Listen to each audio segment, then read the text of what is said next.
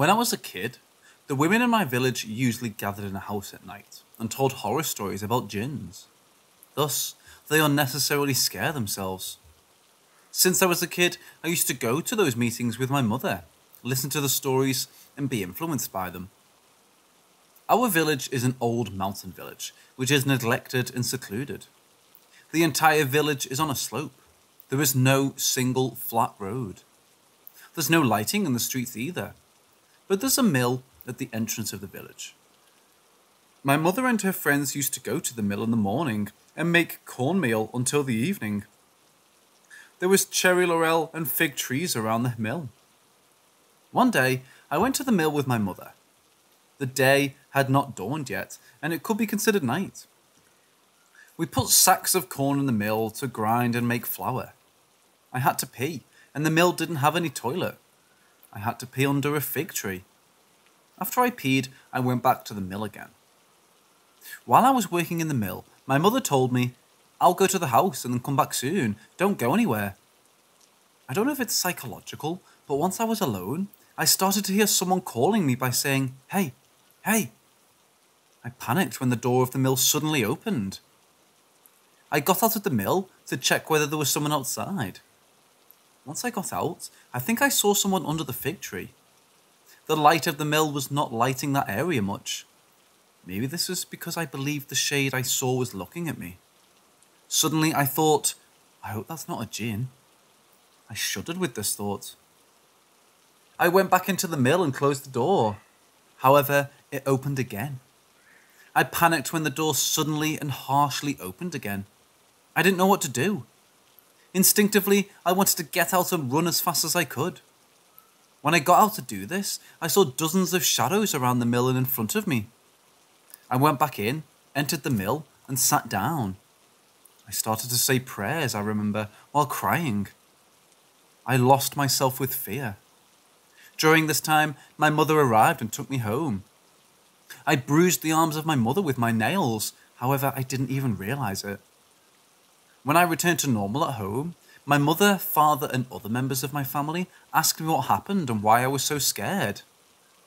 I couldn't tell what I saw to anyone, just because I may feel the same fear again while telling it.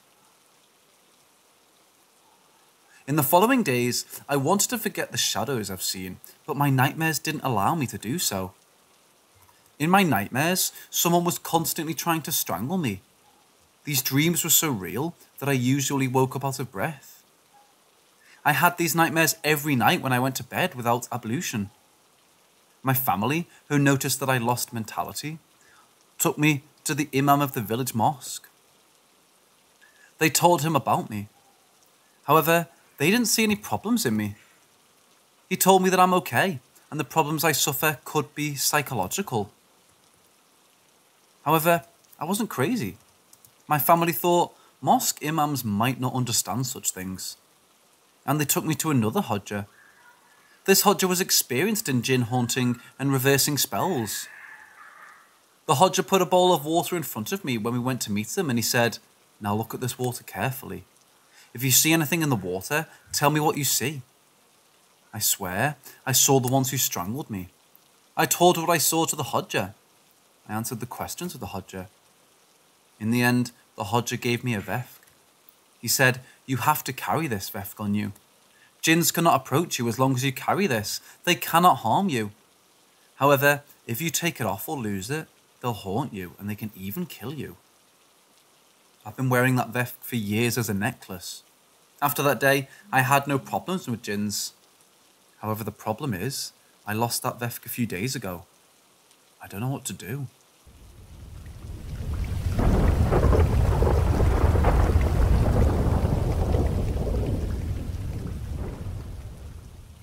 I was in second grade in high school when this event happened.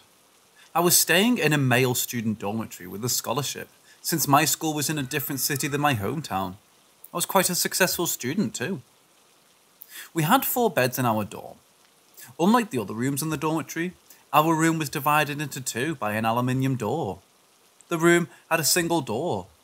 You had to pass through the part of the room we were staying to visit the other room. 3 beds and 3 closets were on one side, and 3 beds and 3 closets were on the other side. The room was for 6 people, but we were staying as 5. Volkan, Senna, and Curtulus were sleeping on the window side, while I and Sukru were sleeping in the front section of the main door. As 5 roommates, we used to get along with each other very well. Thus, we used to sit together on the window side and chat here. It was a Friday evening. We agreed to buy some snacks together and chat until the morning after school. We went shopping and came to our dormitory. We met in the room by the window and started a conversation. While we were talking about things, the teacher aide visited our room and took attendance.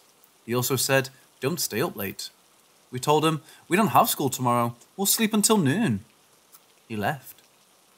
Later, we kept our conversation from where we left. It was late, and we kept talking about things. Then we started to talk about jinns and some supernatural creatures. We were telling horror stories about them without caring whether they were true or not. Since it was late at night, we were afraid of these stories, but we also couldn't stop listening to them. Meanwhile, our friend Volkan was a sleepwalker. Our room was on the 2nd floor. Sometimes we couldn't find Volkan in his bed when we woke up. First, we used to worry, but we got used to it soon. We were even making jokes about it. We told this to our teachers and got the key to our room from Volkan. We used to lock the room to prevent Volkan from going out of the room. We kept talking. It was around 4:30 to 5:30 a.m. We said, "Let's sleep now." Since I'm afraid of such conversations, I said, "I will not go to bed." I said, "I'm afraid of the other side. Keep the lights on. You can sleep. I'll text my girlfriend." My friends told me, "Okay." Sukru was a bit weird.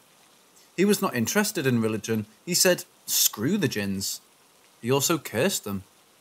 We all told him, "Don't say such things," and tried to explain the possible dangers he can experience because of these disrespectful words, in line with our beliefs. As expected, he didn't care about what we told him. Sukru went to the other section to sleep alone. I sat down, I was texting with my girlfriend. About 20 minutes passed after everyone fell asleep. However, I was still afraid due to the horror stories that I listened to all night.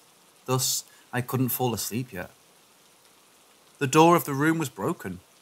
You couldn't open the door unless you put too much pressure on the knob, and sometimes you couldn't open the door at all. We even sometimes kick it. I heard the door opening. I stretched my head forward to see who entered, but couldn't see anyone. I told myself, I think Sukru left the door open and didn't care about it much. Later, the aluminium door that divides the room into 2 opened slowly. I thought the window in the hall was open since I felt a breeze too. I clearly felt the wind.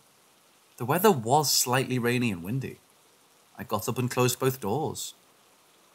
Once I turned around, Volkan woke up. His eyes were wide open and were looking at me. He asked, "Who's sleeping next to me?" Since I know Volkan was a sleepwalker, I said, "Don't talk rubbish. No one is sleeping next to you. Go to sleep."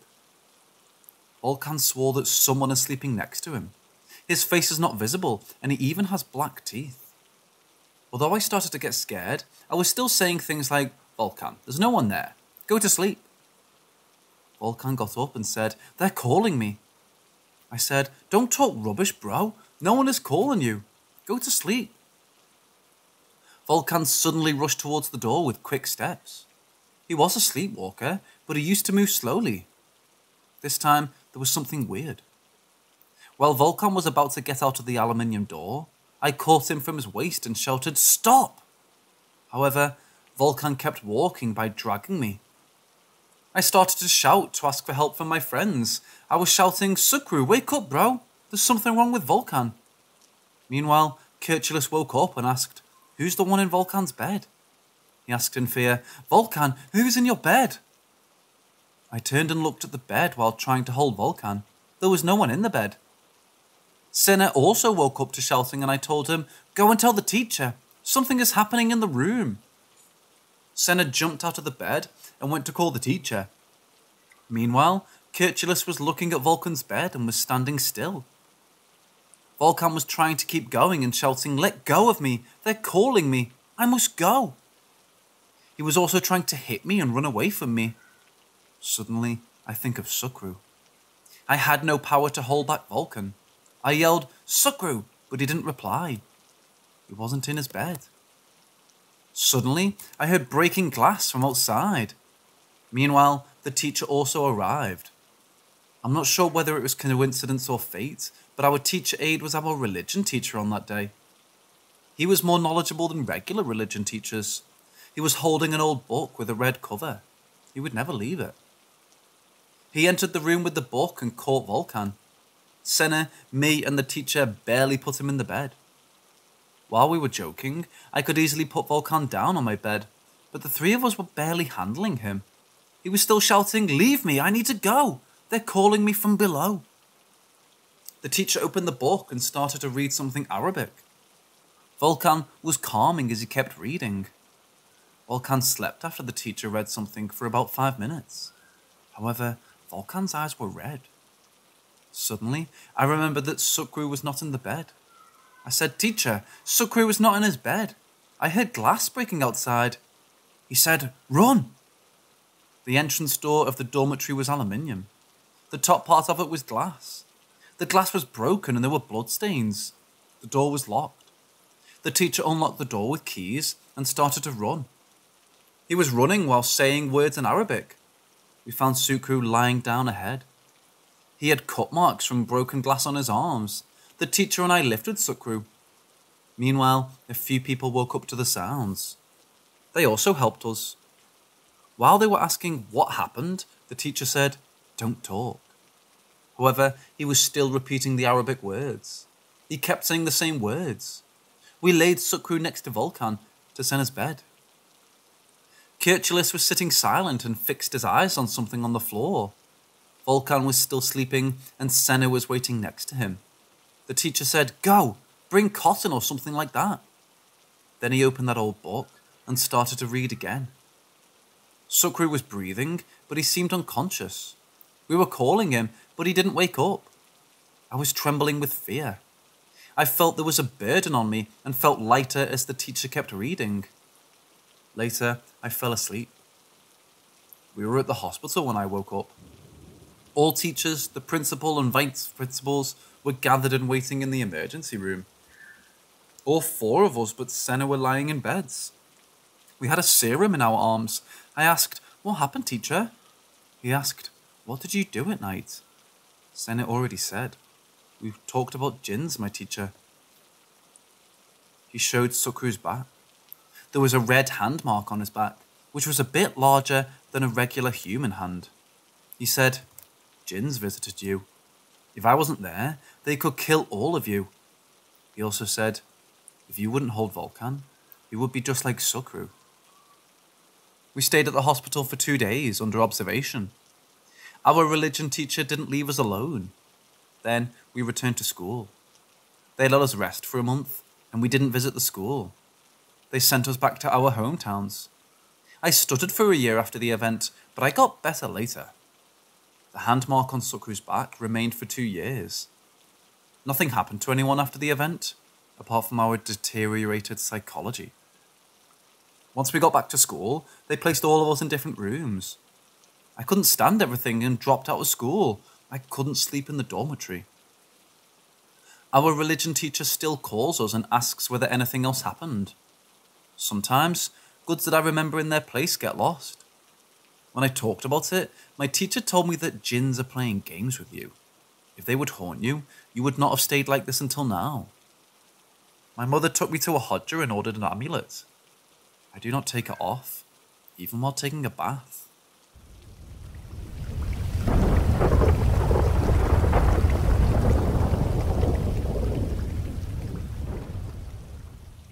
Year 1986.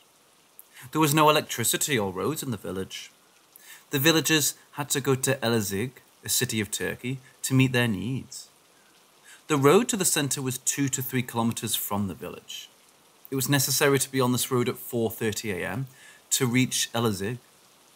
There was only one car that went to Elazig. The car was coming back at noon. The road used to go to Elazig was called Demon Creek by the villagers, and they thought that strange events were happening there. and that it wasn't too auspicious. Me and two of my friends started preparing at 3 p.m. to hit the road. The road we had to cross that included the Demon Creek to reach Elazig was on our minds. First, we planned to cross the Ridgeway, then the Demon Creek, and enter the highway that leads to Elazig. Afterwards, we hit the road. We lit our cigarettes while being in deep conversation. It was utter darkness. There wasn't even moonlight. We were slowly encouraging ourselves to cross the Demon Creek and thinking about that moment. We were getting close to the Demon Creek, but first we had to cross the Ridgeway. The path was so narrow that two people could not walk side by side, and it was filled with big bushes. We were moving in a single line. I was the last one in the row. The first guy in the row, named Kamal, suddenly stopped, and he mentioned that there was a black dog watching us without moving on the way. I thought to myself, it's one of our village dogs. My friends were very nervous. We were getting more scared of the stories that we had heard since our childhood. I was scared and started reciting a Muslim prayer. The dog suddenly got out of the way and disappeared after moving a few meters away in the bushes. After the dog had disappeared, we thought to ourselves what the dog was doing there and continued to walk. After walking for 1 to 2 minutes, Kamal suddenly stopped again and yelled, "It's the same dog again, Hassan," before moving a few steps back. 3 of us didn't know what to do because of confusion and fear. The dog was looking at us again. I recited the prayer again. The dog stood up and vanished again in the bushes. My friend said, "Hassan, let's go back and don't go there." And I said, "We need to cross this road. If we don't, we'll have to tomorrow. We'll use this road for shopping," and calm them down. Then we continued on our path. My friends were scared. Of course, so do I. We were talking about why the dog appeared at us again.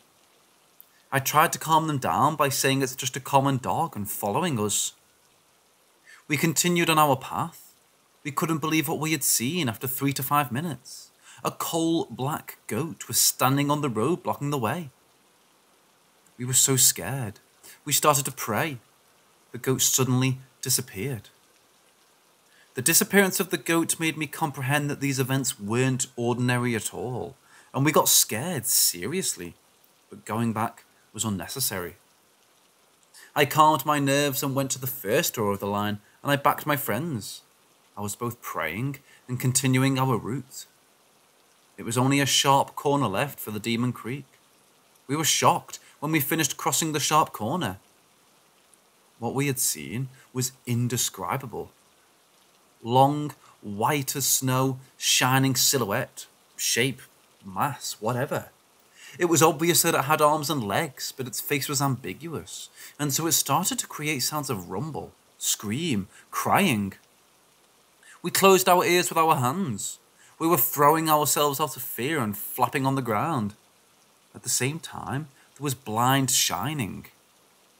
I started to recite my known prayers. My friends were yelling, cursing, and they didn't know what they were doing. I was thinking about how to escape the situation and staying calm. I dragged my friends out of that incident. The screaming voices turned into laughter while we were escaping from there. The laughter echoed in our minds. We headed back to the village, but we didn't know he would come back. At the entrance of the village, there was the house of Kamal. When Kamal's parents saw us, they couldn't believe their eyes. They said, "What's the matter with you? You have paleness in your face." We couldn't speak, trembling continuously, making noises like dummies. They informed our relatives. They also came here. They tried to grasp the situation with their mind. I rested for a while and drank some water and told them the story. The villagers were stunned. They told us to thank God that you could come in one piece. We thought that we saved ourselves, but from sunrise to sunrest for 40 days, we had heavy headaches, skin rash, and huge herpes in our lips.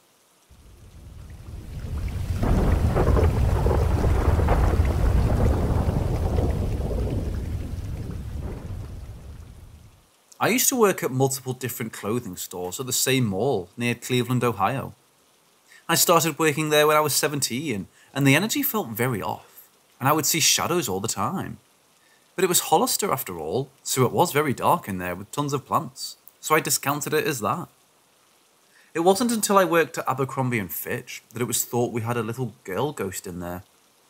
Hangers could be heard moving in rooms we knew no one was in after the store had closed. Many incidents occurred there, but the one that sticks out to me is that we were there until 4 AM one morning doing a floor set, and there had been 13 of us there. By the end of it, it was down to 3 and 2 people were taking the trash out and 1 girl was left inside. She heard a little voice say, "I want my mommy." The next summer, I was home from college. I worked at another store at this same mall in a different section. This is where I truly believed we had something going on. I have many stories about this store.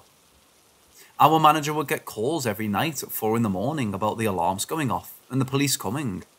But the alarm company kept saying it had to be mice. We never found mice droppings in the store. We had a conversion tracker under the doorway that would give our company the ratio of people who came in versus people who came in and bought something. The tracker was set up to only track people over 4 feet tall, to not add children into the percentage, from the hours from 10 AM to 9 PM. Our conversion tracker caught something over 4 feet tall walking into the store at 4 AM, the same time the alarms were going off. The energy of the store felt extremely off. I'd hold my pee for hours so I wouldn't have to go into the back room alone. My manager was in the back, and she felt her hair being pulled and children laughing at it, and we'd hear noises coming from the back of the store and things out of the corner of our eyes walking in the back. The most clear one I saw was I was walking in the back sock room, which wasn't very big, and saw something. About 7 feet tall and was grey, staticky looking between the wall and the walkway, about 5 feet from me. Our mannequins were beige, and I know what I saw. A little girl came in and tugged on her mom's skirt while pointing to the back of the store and said, "Mommy, there's a ghost in there." We were doing our annual inventory, and the manager told an employee to get up on the ladder and make sure we weren't missing anything, and to look in offhand places in the store, just to make sure everything was accounted for. We had these fake exposed pipes in the store, so the employee looked in there. He found a balled up t-shirt that had something about death and skulls on it. No one would have put that shirt up in there. I no longer work there, but I always wonder what was truly going on and why these spirits were trapped in this relatively new mall, if they were tied to the land it was built on. I'd love to learn what people think could have been going on, or what it was that was bothering us, or if anyone knows the history of the area.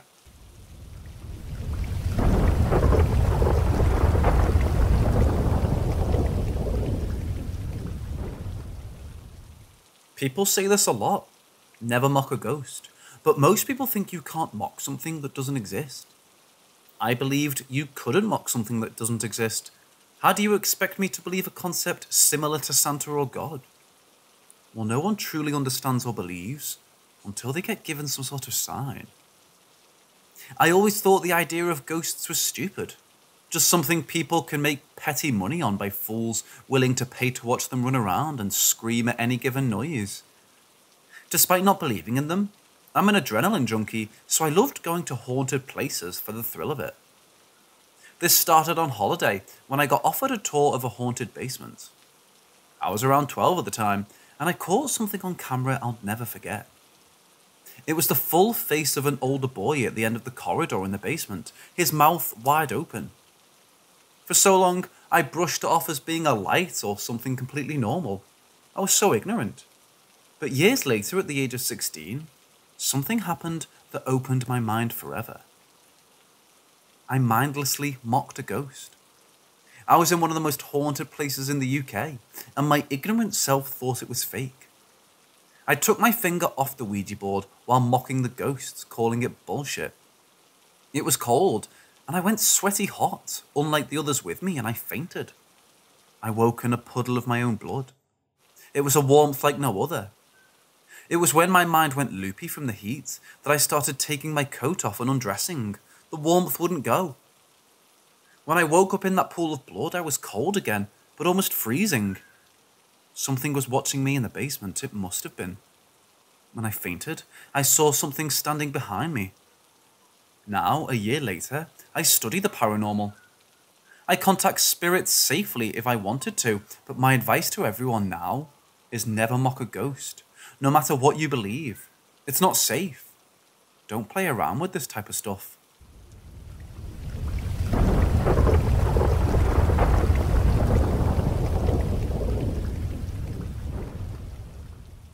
I've always been into the horror genre, and I'm very intrigued by people's paranormal experiences, but I can't say that I'd actually believe in ghosts myself.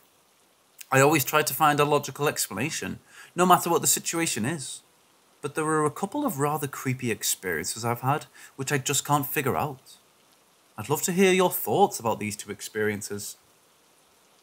The first occasion took place late in the evening, when I was in the middle of a phone call with my friend. All of a sudden, the lights started to flicker. Unusual, but I wasn't creeped out by this. Not until the phone went crazy. My friend's voice got all distorted, and soon it sounded like someone was outright screaming into the phone. No need to say that this freaked me enough to end the call. My friend called me back soon after that. She told me she didn't notice anything weird on her end. I headed to bed not long after we ended the call. As usual, my cat followed me, but this time he just sat on the bedside table and stared at the bedroom door. He absolutely refused to look anywhere else, no matter what I did, just keenly staring in that direction. I fell asleep at some point, but he kept doing that for the rest of the time I was awake. Only reasonable explanation I've been able to come up with is some type of electromagnetic pulse or something like that. That could explain the electronics, but my cat's weird behaviour is still a mystery. The second occasion was weirder than the first one. My roommate went away for the weekend, and I was left alone at home. As usual, she made sure to lock her room door after her and did the usual double check by trying the door handle. Maybe an hour after she left, I was sitting in the living room, browsing the internet and stuff like that. From my peripheral vision, I saw how the door of her room began to creep open. I had seen her lock it, so naturally I was freaking out that someone had been lurking in there, opening the door from the inside. The room was totally dark and I couldn't see inside, so I just sat there scared shitless. Eventually, when nothing else happened, I had no choice but to go and take a peek inside. I couldn't see anyone in there, but the room was freezing and smelled absolutely horrid. I checked if she had left the window open, but it was shut tight. Here in Finland, houses are typically built to be very thermally efficient, and they're not that cold even during the winter. Our building wasn't an exception, and this happened in fall, when it wasn't even that cold outside yet. I have no idea what could have caused the smell. I had been in her room before she left, and there was nothing odd about the smell. After checking the room, I just locked the door and tried my best to forget about it. When my roommate returned a few days later, the room was completely normal. No coldness, no smell, nothing. She didn't sleep very well after I told her what happened.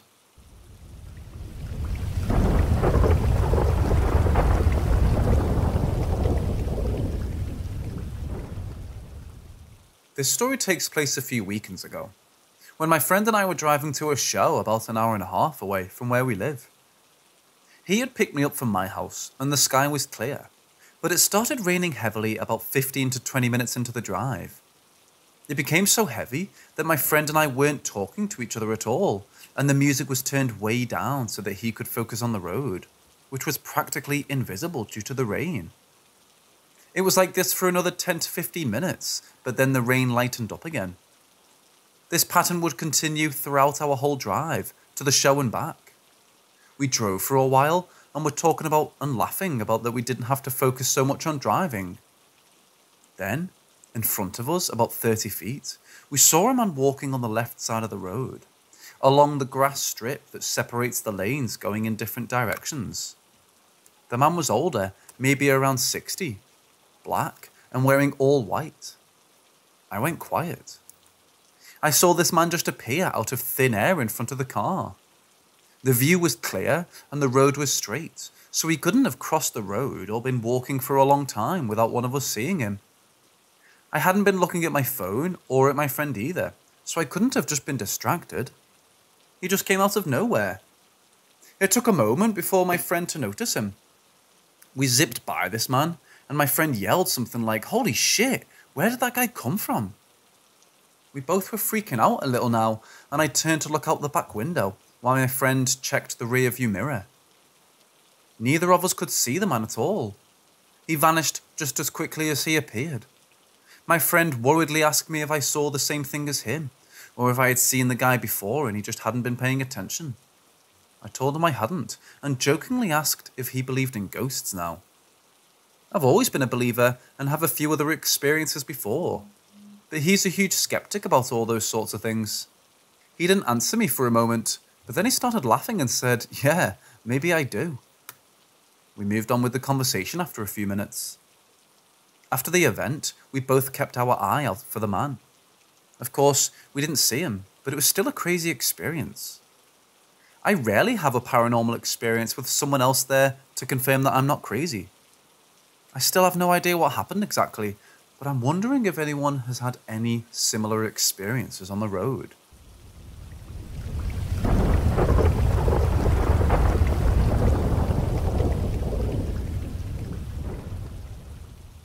I want to say this was around Christmas time. I live in a split-level ranch layout, and downstairs we have a type of living room. Down there is mainly used for my little siblings' play area, but there are 2 couches, and one of which can fold out into a futon. I would sleep down there a few times throughout the week, just because I enjoy the openness of the room. It's not the most comfy thing to sleep on, therefore it takes a little bit to actually fall asleep. This hasn't happened since. This one night, I did nothing out of the ordinary before falling asleep. I just watched some YouTube, and then after a certain point, I decided I was too tired to continue. So I put down my phone and closed my eyes. I remember being in a state in which I felt like I was half awake and half asleep. I can almost explain it as my body was in autopilot, and I was just watching things occurring. I had no control. In this state, I look towards the end of the futon. I see what I believe to be some sort of woman. I say this because it seemed human-like, but I couldn't tell. It was trying to scare me. I wasn't giving in. She looked at me with a confused look, almost like she was saying, "Why am I not staring you?" She then started moving around, trying to scare me again, but with no success. I believe I went back to sleep after this. I then became aware once again. This time, my eyes were closed. I felt something slowly tugging on my arm. The strength began slowly increasing until it stopped. Then out of nowhere, I felt a huge amount of force drag me by my arm. My eyes opened, and I saw many colours spiralling around me.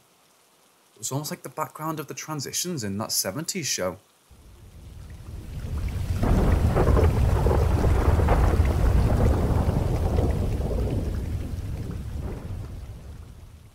It was a couple of months ago, late November through late December. It started out with feeling extremely exhausted and depressed, and I think that's when this entity decided to prey on me. Dreams are where it started. I would hear things like chantings of Satan, Satan, Satan, or 1, 2, Satan is coming for you. Then the feeling of dread, like I was about to be dragged by my toes to hell. Then there was the dream that a possessed doll was chasing me around a labyrinth of a house, screaming, "Satan will get you." So I am religious, so I prayed on it and asked God for help. It didn't help. This thing still stalked me.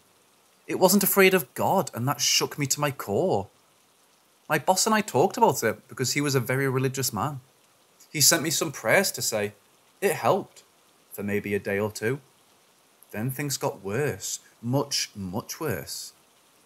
I was in the shed at work one day and heard something growling at me. I thought, okay, maybe an animal.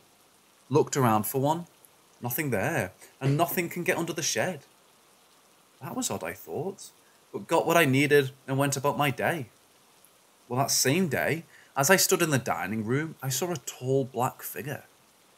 There was only legs and a torso run across our parking lot. Told my manager about it because I thought maybe it was a person. She went to look and nobody was out there. So this is getting weird and terrifying. Well, the only person I told about it was my boss. So finally I broke down and told my friend. She tells me, I hate to tell you this, but the other night I woke up and there was a shadow figure leaning over your bed. That night I had a dream that this thing was trying to attack me and woke up to my bed shaking and something growling at me. Alright, now I was petrified. Told my mom about it and she told me I should talk to my granny about it because she's dealt with this her whole life. So I do, and she tells me to buy a crucifix and always wear it. I do that and it doesn't help. I'm at a total loss at this point. What do I do? I finally put it on Facebook. Hey, this is what I'm going through at this point. I don't care if people think I'm insane. I'm thinking maybe I am insane. So a lot of people reach out and someone suggests reading Psalms 91. I try that and praise the Lord it works. Well, sort of. I had a dream that night about the thing and I tried my hardest to call out to my loved ones for help, but couldn't talk. It was silencing me no matter what I heard. My deceased uncle appeared, looked at me, back at me, and said, Kayla, I'll be damned if I let that thing hurt you. I saw it one more time after that. Looked at it, and said I don't think so. It left, and I haven't seen it since.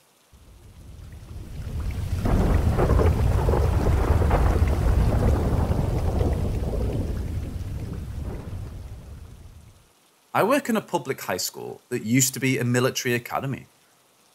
The old part of the building still exists as the administration section of the building. I attended this school and had never heard any rumours of it being haunted until I started working there. During my first week of work, I was in the old part of the building. I suddenly smelled cigar smoke. I mentioned it to my co-worker and he just laughed and said, oh, that's just the ghost. I've since learned that a lot of people experience this in the old part of the building. I understand that this is easily explainable and could be nothing. My second and more unexplainable experience occurred about 2 years into my employment and was also experienced by one of my co-workers. We were doing some wiring work in a small closet. We had just finished up and shut the heavy solid wood door. My co-worker was leaning against the door and we were talking. Suddenly, there was a loud boom and the door physically moved like something slammed into it from inside the closet.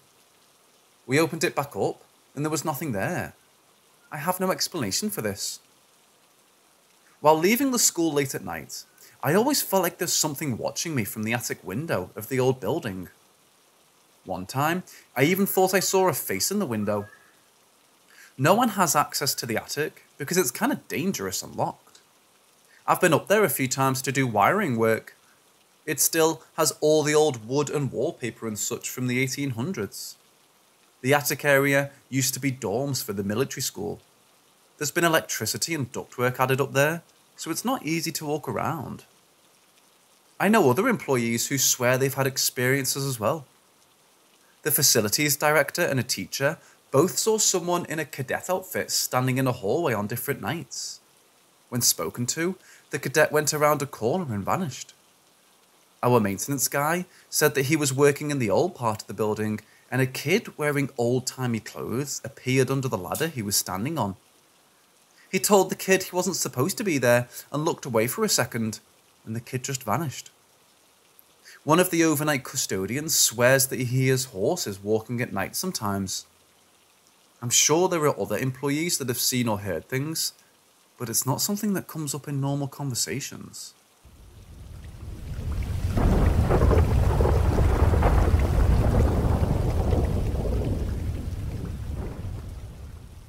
I remember it like it was yesterday.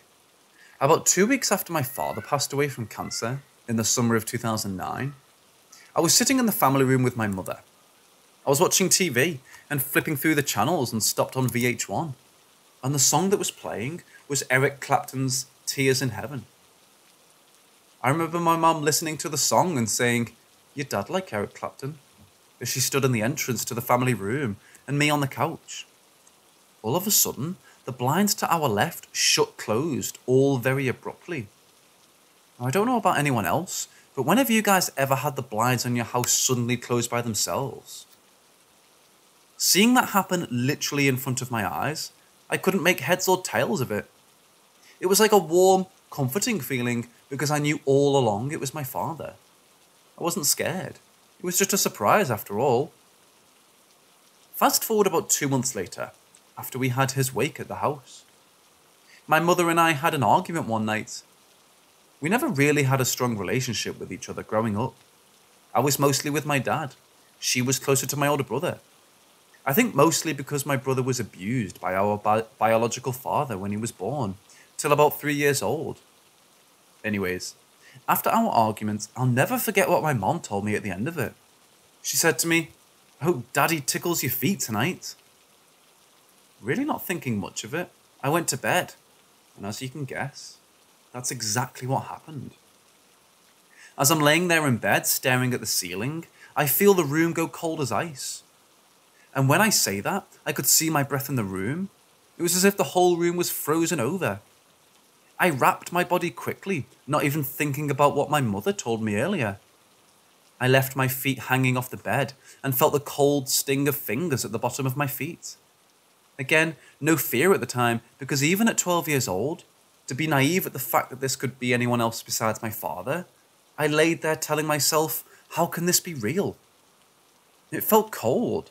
Not like ice cubes to my feet, but an indescribable feeling, really, of how it felt to feel such an experience.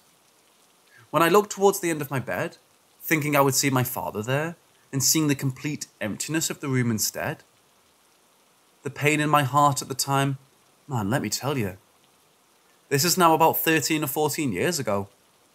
I'm 25 years old now, and barely am I laying here telling this story. To believe that there's so many people out there that don't believe in the paranormal, well, I've experienced it firsthand. Since then, I've never had another experience.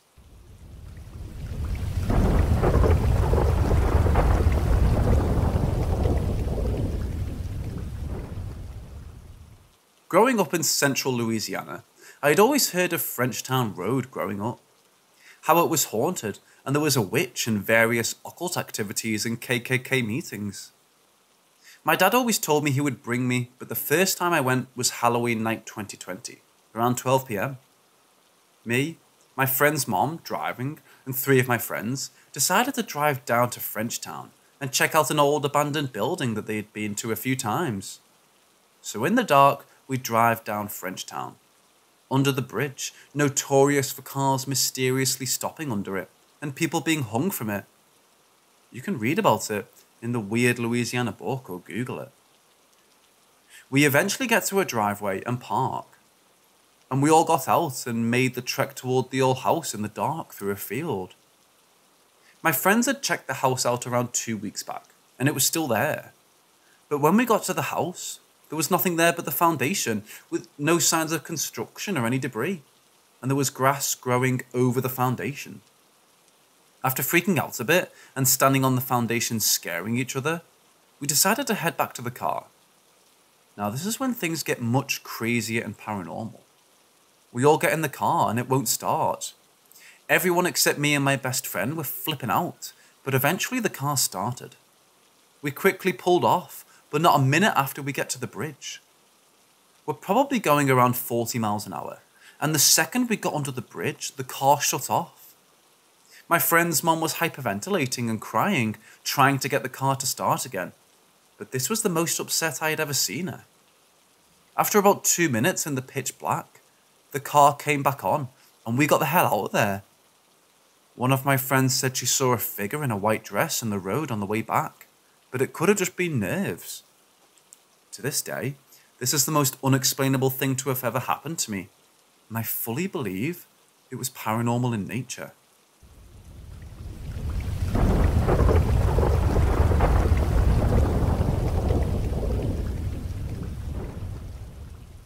We lived in a big old army house in the middle of beautiful woodland, miles from anywhere. It was very dark at night and very quiet with no passing traffic. The house had double doors from the dining room into the sitting room. We had a huge elderly cat, Tom, and adopted a greyhound, Dave.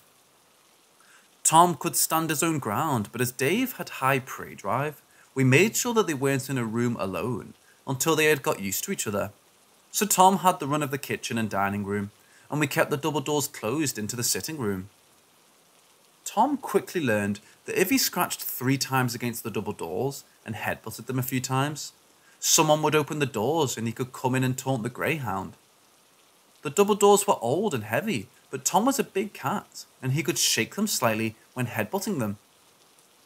Some months later, at a very grand old age, Tom died, and was buried in the garden he so loved.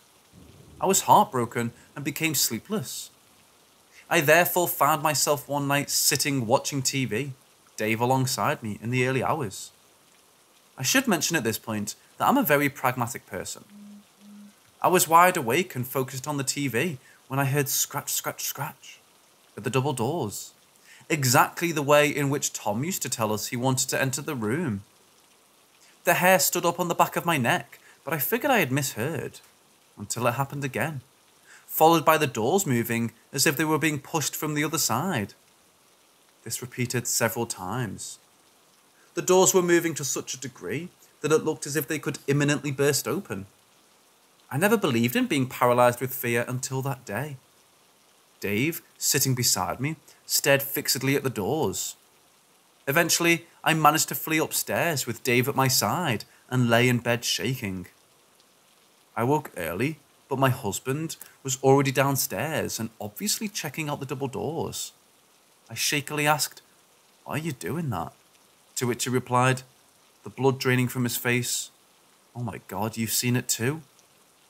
This had apparently been going on at intervals ever since Tom died, and he had just witnessed it again. We scoured the house, stamped up and down the stairs to see if we could make the doors move, went through every possible explanation, and found none. We reassured each other, it's just Tom, and we loved him. But after that, we left the double doors open all the time, so we never had to do it again.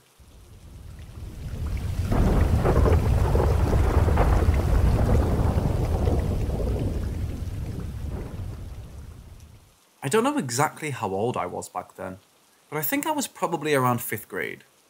All I know is I was still not in high school back then. It was the middle of the night. My mom and younger brother and me slept in one big bed on the 2nd floor of our house, and there was a window across from us. It had no glass, just basically a square hole we call a window, and attached a dirty cloth we called a curtain to block the outside and to close the window when it's night time. Everyone except me was asleep, because I have this tradition where I don't sleep until I pray. Because when I was even younger back then, I was always afraid to go to sleep for some reason, and Mum and Dad told me that if you pray, God will protect you from all the bad creatures while you're asleep, and you won't have nightmares and whatnot. It eventually became a habit of mine though. Whenever I go to sleep, I pray, and my prayers back then were so long, I kid you not, that even I was annoyed by it. So it usually takes around when everyone is finally asleep, except me, to actually force myself to start praying and finally go to sleep. Like I said, it was probably midnight when it happened. I was about near finished praying when I felt this cold breeze I've never felt before, even till now. It wasn't like any cold wind or ordinary electric fan wind. I might even say colder than an aircon wind. The wind passed by me, and that's when I opened my eyes from my praying and looked at the window, where a wind from the outside swept the curtains away to make an opening for this white shining orb that came floating in. I was dumbstruck, to be honest. Then it came floating towards me. That's when my already fast beating heart beated more harder and faster, and I could literally feel it beating in my chest. When it was halfway towards me, I hid in my blankets and closed my eyes, kept praying so I could finish my prayer and finally sleep when I was done. I opened my eyes again and saw through the fabrics of my blanket and saw it was circling on top of my head and face. It wasn't like very close to me, just floating on top, barely in hand's reach if you reach hard enough. I just closed my eyes and forced myself to sleep. The next day, I didn't tell anyone because I just thought of it as my imagination or just a dream. I mixed with reality. Or maybe I don't know, it's just me going crazy. Well, I would have kept thinking it was just my imagination if it didn't happen again. It actually creeps me because when it happened for a second and last time, it was the exact same settling, exactly the same. The same spot on the bed my brother and mom and me took. Looked as if it was somewhere on the same time of the night. Everyone was asleep except me, because I was too lazy to pray again like any other night. I don't think the blanket was the same now, but maybe it was. I don't really remember. I was on the part of my prayer where I was nearly finished. Felt that weird cold breeze again. Looked at the window. Another wind pulled away the curtain to make an opening. The orb came in, but this time it was flickering. I think it shone more brightly and was more white, if that makes sense, but I think it was also kind of like it was weakening because of the constant flickering. I ducked under my blanket like last time, finished my prayer, opened my eyes again, and it was doing what it was doing like last time on the same spot. But I think the way it circled grew bigger than last time, and it was flickering so much now too, disappearing and reappearing again and again. I forced myself to sleep like last time. Then I told my mom, who was with my aunt when I told her. They told me that it was just my imagination. I told them, how could it be an imagination though? Because it can't be just imagination. I felt the cold, weird wind when it wasn't even windy, and our electric fan was pointing at my lower area. It couldn't have gotten my whole body, nor could it be that cold out of nowhere. And the curtain physically moved with the wind. I even heard the swoosh of the wind that moved it. And the orb too. It can't be in my imagination, because even when I closed my eyes and ducked under my blanket, it was still there. It can't be my imagination, because if it is, it then means my touch, sight, and even my hearing imagined it all. And also, forgot to add, those 2 nights it wasn't raining, or was windy at all. It was just a normal, weatherless night. And I honestly believe those weren't ordinary winds, because the way it moved the curtain was as if to make way for that orb. And the cold, weird wind that I felt, it was as if it was something to grab my attention. Now when I tell this story to people, most of them think either that's creepy or weird, or trying to explain it with something ordinary or with science and logic. But they could never explain all the incidents happening together. The most bizarre ones being, maybe it was God, Jesus, guardian angel testing you because you were praying. I seriously think that's not the case, to be honest, because, come on. One that made me feel bad was that my grandma said that maybe it was a lost soul or ghost, trying to ask for help or something along those lines. Because it's known in some of my family members that I've seen some things back then that no one else had seen. It wasn't crazy or anything, but just having little glimpses of some things in the corner of my eye, or just feeling something. Sometimes, albeit rarely, glimpses of the future. Me and my aunt have the same thing, but it's not as big or as strong as an open third eye. I seriously don't want it to open, if you ask me.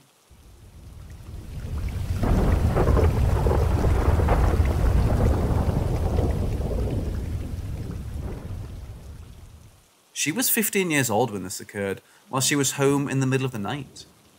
Late spring had arrived. She thought it was June. She remembered that because her windows were open and there was a breeze coming in, the temperature was not so hot that there was a need for air conditioning. She could smell the lily of the valley, the scent wafted in through the open window. After laundering her sheets that day, she revelled in the crisp and fresh feeling. The night was pleasant. It was cool, but not cold in the early evening. She was in a deep sleep when she woke up. Grogginess was her first feeling, and confusion came over her as she contemplated what had happened for a moment. She was laying on her side with the covers pulled up, almost over her head. The night had turned a little chilly. Rather than get up and close the windows, she unconsciously opted to pull the covers up. At first, the grogginess was powerful, and she almost went back to sleep when she felt a feeling of sheer dread. There was this feeling that she was in danger, and goosebumps developed on her skin. She didn't move, and she stayed frozen in place, not wanting to know what was happening. She felt like she needed to keep still and not move. Whatever this was would go away without bothering her.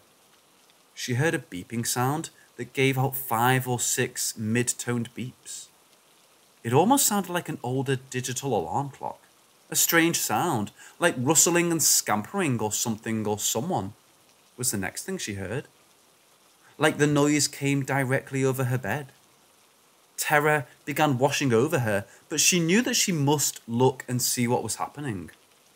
She couldn't keep her head covered and ignore it any longer. Reluctantly, she turned her head and pulled down the blanket. Over her bed was a ceiling fan. She saw a figure hanging on the fan. It looked like a cloth dummy or doll, child-sized, with limbs that had no hands or feet. The ends of the arms and leg looked rounded. She wasn't sure how it got there and why it was there. For just a moment, she thought it was a prank by someone. Within what couldn't be longer than taking a breath, this thing dropped down 3 to 5 inches. She was startled, and she let out a scream, yet the cry seemed stifled. It didn't come out as loud as she had intended.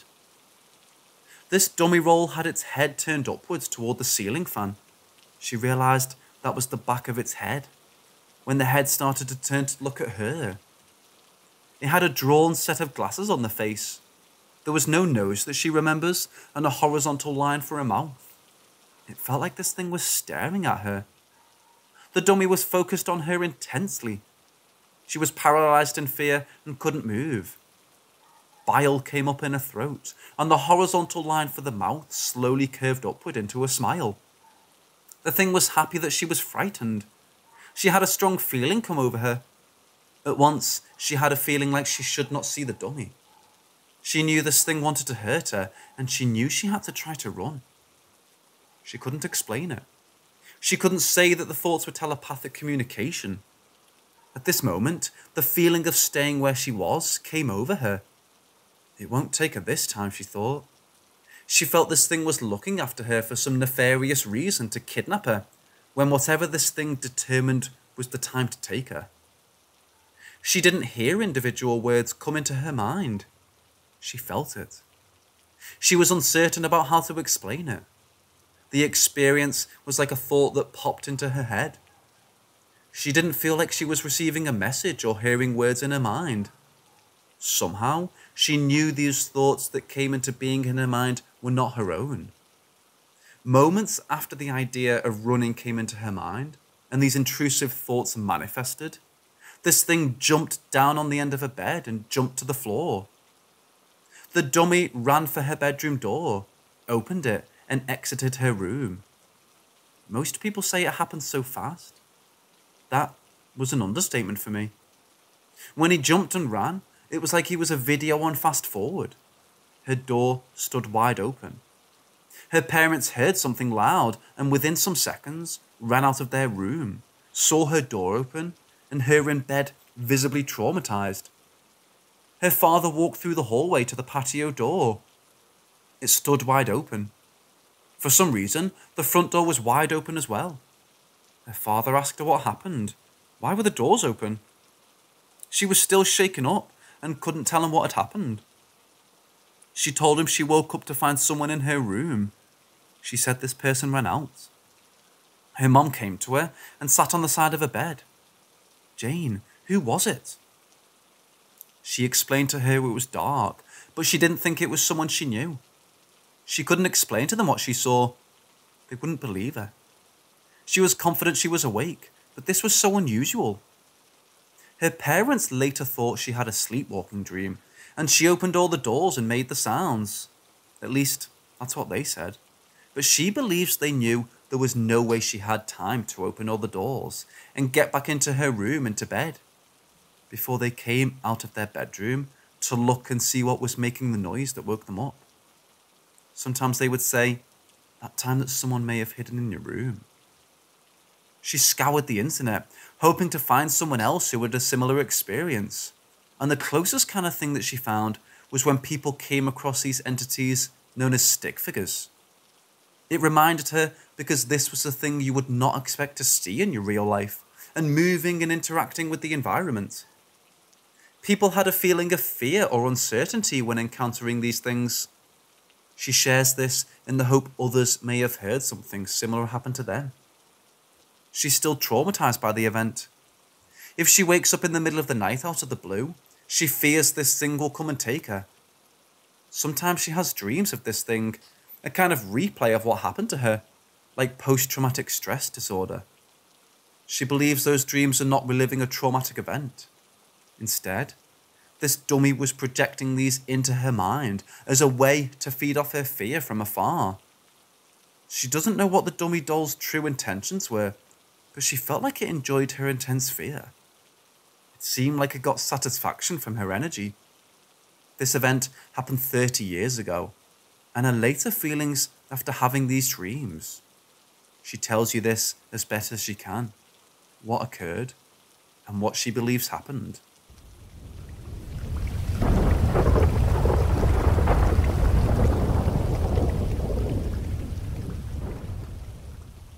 To properly tell you this story, I must lay out the situation of what was going on.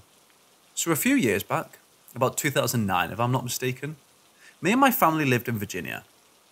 My father usually came home in the late hours of the night due to his job, forcing him to work late. My mother thought it'd be fun to take me and my sister out for some ice cream. It was a completely normal night, and nothing seemed out of the ordinary, even right before we left. So we were driving to a restaurant and my mother's phone started ringing. My mother hit confirm on the car's console and my father's voice was on the other end of the line. His tone sounded perplexed and he had a slight stutter in the moment. It was something like I hadn't heard in his voice before. "Hey, is Seal with you guys?" he asked. Yeah, why?" my mother replied. "What? I just heard him. That's impossible. He's right in the car with us," my mother said. We could hear the sounds of a series of thumps in the background. "I'll call you back," my father said before he ended the call. He later told us that he heard a young child with a voice akin to mine say, "Daddy?" as he heard footsteps slamming down the stairs, like I'd always do whenever I'd go down those stairs. My father called "yeah" to the child he thought was stomping down the stairs. He got no response, but more slamming footsteps. My father said he had seen the shadow of a child coming down the stairs, and when it rounded the corner of the steps, the shadow just dissipated when whatever it was would have been in view. He was sitting on the couch watching TV when it happened, and he could see the lower half of the stairs from his seat. So it freaked him out, and he immediately called us to ask if I was home. I still have no clue to this day why whatever it was chose to mimic me, but I'm glad it intended to do no harm.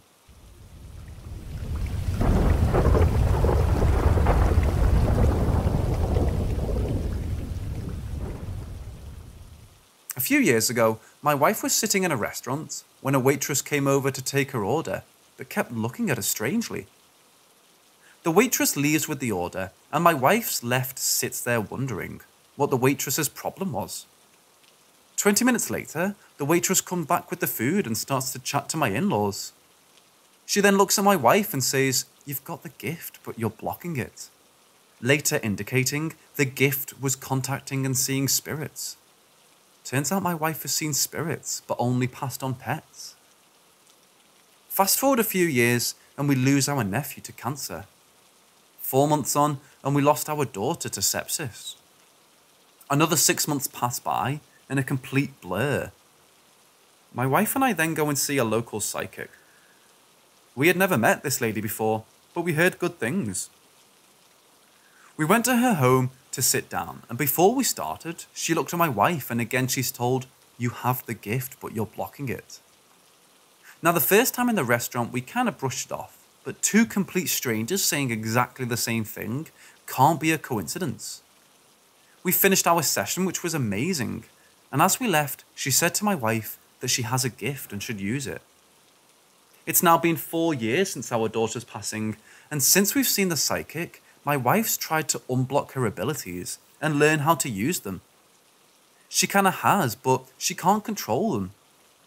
There have been several occasions where she's seen our nephew and our daughter, And she's also felt my uncle's and grandfather's presence, either just standing beside us, or in our home, or just feeling they're around. But even though she's tried to communicate, she doesn't get a response apart from the odd smile, and that's about it. But we were at our daughter's grave one night recently. Our nephew's a few rows down. I left my wife with our daughters while I checked on our nephews. I came back to her and she was scared, almost shaking.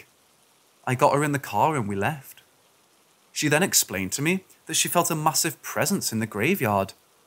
She explained it as if she was at the front of a queue with lots of people just staring at her from behind.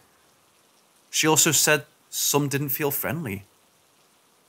Now, she hasn't had a lot of contact since then, and nothing negative to make sure we haven't gone to the graveyard in the evening. But she still wants to learn how to use her abilities, but she wants to keep safe.